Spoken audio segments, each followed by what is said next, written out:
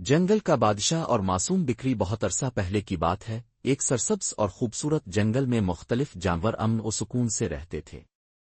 اس جنگل کا بادشاہ ایک طاقتور اور روب دار شیر تھا جس کا نام اسد تھا۔ اسد کی گرجدار آواز اور تیز دھاڑ سے پورا جنگل گونج اٹھتا تھا اور تمام جانور اس کی عزت اور خوف کرتے تھے۔ اسی جنگل میں ایک نرم دل اور معصوم بکری بھی رہتی تھی جس کا نام نعیمہ تھا۔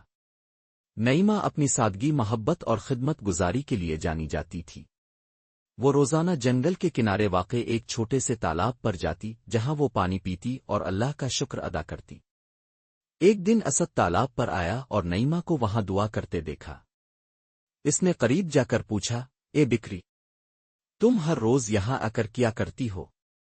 نعیمہ نے مدب انداز میں جواب دیا، اے جنگل کے بادشاہ، میں یہاں آ کر اللہ کا شکر ادا کرتی ہوں کہ اس نے ہمیں یہ خوبصورت جنگل دیا، پانی دیا اور زندگی دی۔ اسد نے حیرت سے کہا، تم ایک کمزور بکری ہو اور میں طاقتور شیر، تمہیں کس بات کا شکر ادا کرنا ہے؟ نعیمہ نے مسکرا کر کہا، بادشاہ سلامت، طاقت اور کمزوری اللہ کی دین ہے۔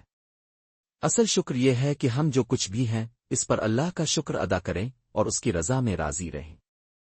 اسد نے اس بات پر غور کیا اور بغیر کچھ کہے وہاں سے چلا گی۔ کچھ دنوں بعد جنگل میں قحط پڑ گیا۔ پانی کے تالاب خشک ہونے لگے اور خوراک کی قلت ہو گئی۔ جانور پریشان تھے اور اپنی بقا کے لیے جدوجہد کر رہے تھے۔ اسد بھی بھوکا تھا اور شکار کی تلاش میں تھا، لیکن قحط کی وجہ سے شکار ملنا مشکل ہو گیا تھا۔ ایک دن اسد کمزوری سے نڈھال ہو کر ایک درخت کے نیچے بیٹھا تھا کہ اچانک نعیمہ وہاں سے گزری۔ نعیمہ نے اسد کو اس حالت میں دیکھا تو قریب جا کر پوچھا، بادشاہ سلامت، آپ کی طبیعت ٹھیک نہیں لگ رہی، کیا میں آپ کی مدد کر سکتی ہوں؟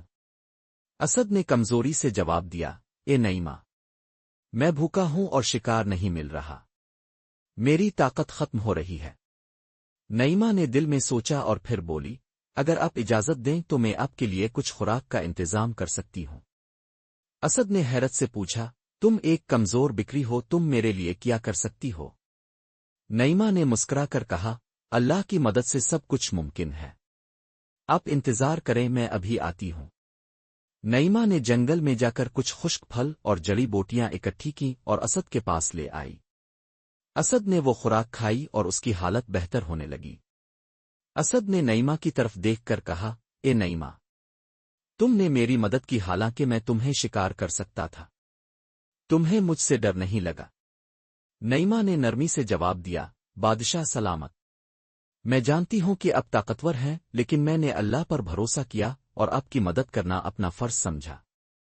اسد نے گہری سوچ میں پڑ کر کہا، تمہاری ہمت اور ایمان نے مجھے متاثر کیا ہے، میں وعدہ کرتا ہوں کہ آج سے میں کمزوروں پر ظلم نہیں کروں گا اور اپنی طاقت کو انصاف کے لیے استعمال کروں گا۔